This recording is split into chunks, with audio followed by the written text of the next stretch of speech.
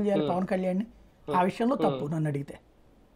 ఒక రకంగా భారతీయ జనతా పార్టీకి ఎళ్లాల్సిన క్రెడిట్ లేదంటే భారతీయ జనతా పార్టీ చేయాల్సింది అంటే సనాతన ధర్మం కాపాడడంలో గాని, ప్రాయశ్చిత్తల దీక్షలు చేయడంలో గాని, పవన్ కళ్యాణ్ ఆ క్రెడిట్ కొట్టేసారా? ఆయన జేస్తున్నారా? ఈ విషయంలో బీజేపీ కాస్తంత సైలెంట్‌గా ఉందని అనుకోవాలా? భారతీయ జనతా పార్టీకి సంబంధించిన రాష్ట్ర నాయకత్వానికి ఒక లోపభూయిష్టమైన సమస్య ఉంది ఇప్పుడు. ఏంటంటే అక్కడ మరి దాన్నేమంటారు కేంద్రంలో మంత్రివర్గంలో ఛాయిస్‌లు రాలేదనో, లేకపోతే రాష్ట్రంలో అనుకున్నటువంటి పదవులు రాలేదనుకునేనో ఏమో గానీ ఒక నైరాశ్యంలో ఉంది.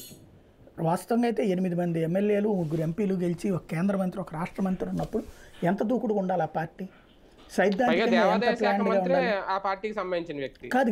ఇప్పుడు వైద్య ఆరోగ్య శాఖ, దేవాదాయ శాఖ కాదు కదా సారీ. ఇప్పుడు. సారీ. హ్మ్. ఆ! కీలకమైనటువంటిది సారీ. ఇప్పుడు కరెక్టే సత్యకుమార్. బేసిక్ హ్మ్. సమస్య ఏంటంటే హ్మ్. ఇన్ని పదవులొస్తే అధ్యక్షురాలికి హ్మ్. పదవులు రాలేదు కాబట్టి మిగతా వాళ్ళందరూ నైరాశ్యంలో ఉండాల్సిన అవసరం లేదు కదా! దూకుడు అవును. రాజకీయం ఇక్కడ లేదు. హ్మ్. హ్మ్.